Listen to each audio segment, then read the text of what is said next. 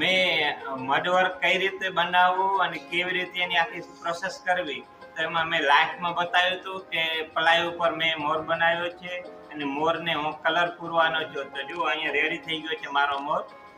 મોરના પેઇન્ટિંગની અંદર મેં મસ્ત મજાના એક્રેલિક કલર એટલે ફેબ્રિક કલરથી મેં કલર કર્યા છે.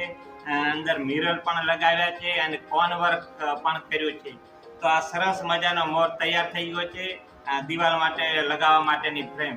તો હવે આ મોર કેવી રીતે બન્યો એ પહેલેથી હું આખી પ્રોસેસ તમને બતાવું છું આ વિડીયોમાં. તો આ મોર કેવી રીતે બન્યો એ તમે આખો વિડીયો જોજો એટલે તમને ખૂબ જ મજા આવશે.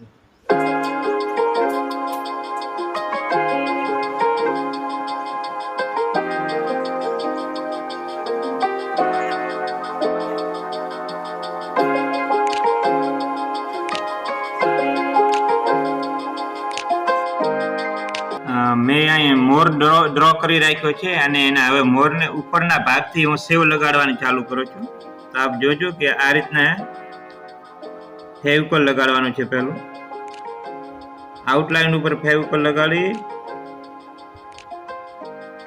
અને પછી સેવ લગાડવાની છે.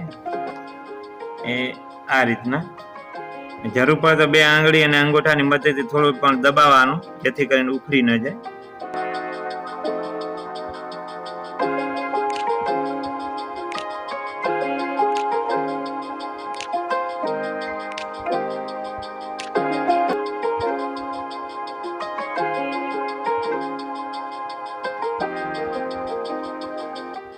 આવી રીતે આઉટલાઈન ઉપર સરસ મજાની સેવ લગાડતા જવાનું છે.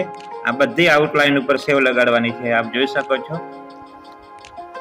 અને આ રીતે આખામાં આઉટલાઈન લાગી ગયા પછી માટી લાગી ગયા પછી એના ઉપર પાછો આખો ફરીથી વ્હાઈટ વોશ કરવાનો છે.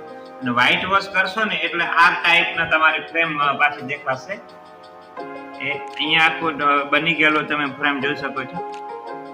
આખી માટીની સેવ લાગી ગઈ, એના ઉપર વ્હાઈટ વોશ થઈ ગયો અને હવે આ આખો આ રીતના એનો દેખાવ લાગશે. અને હવે આના ઉપર પછી હું છે ને હવે રંગબેરંગી કલર ભરીશ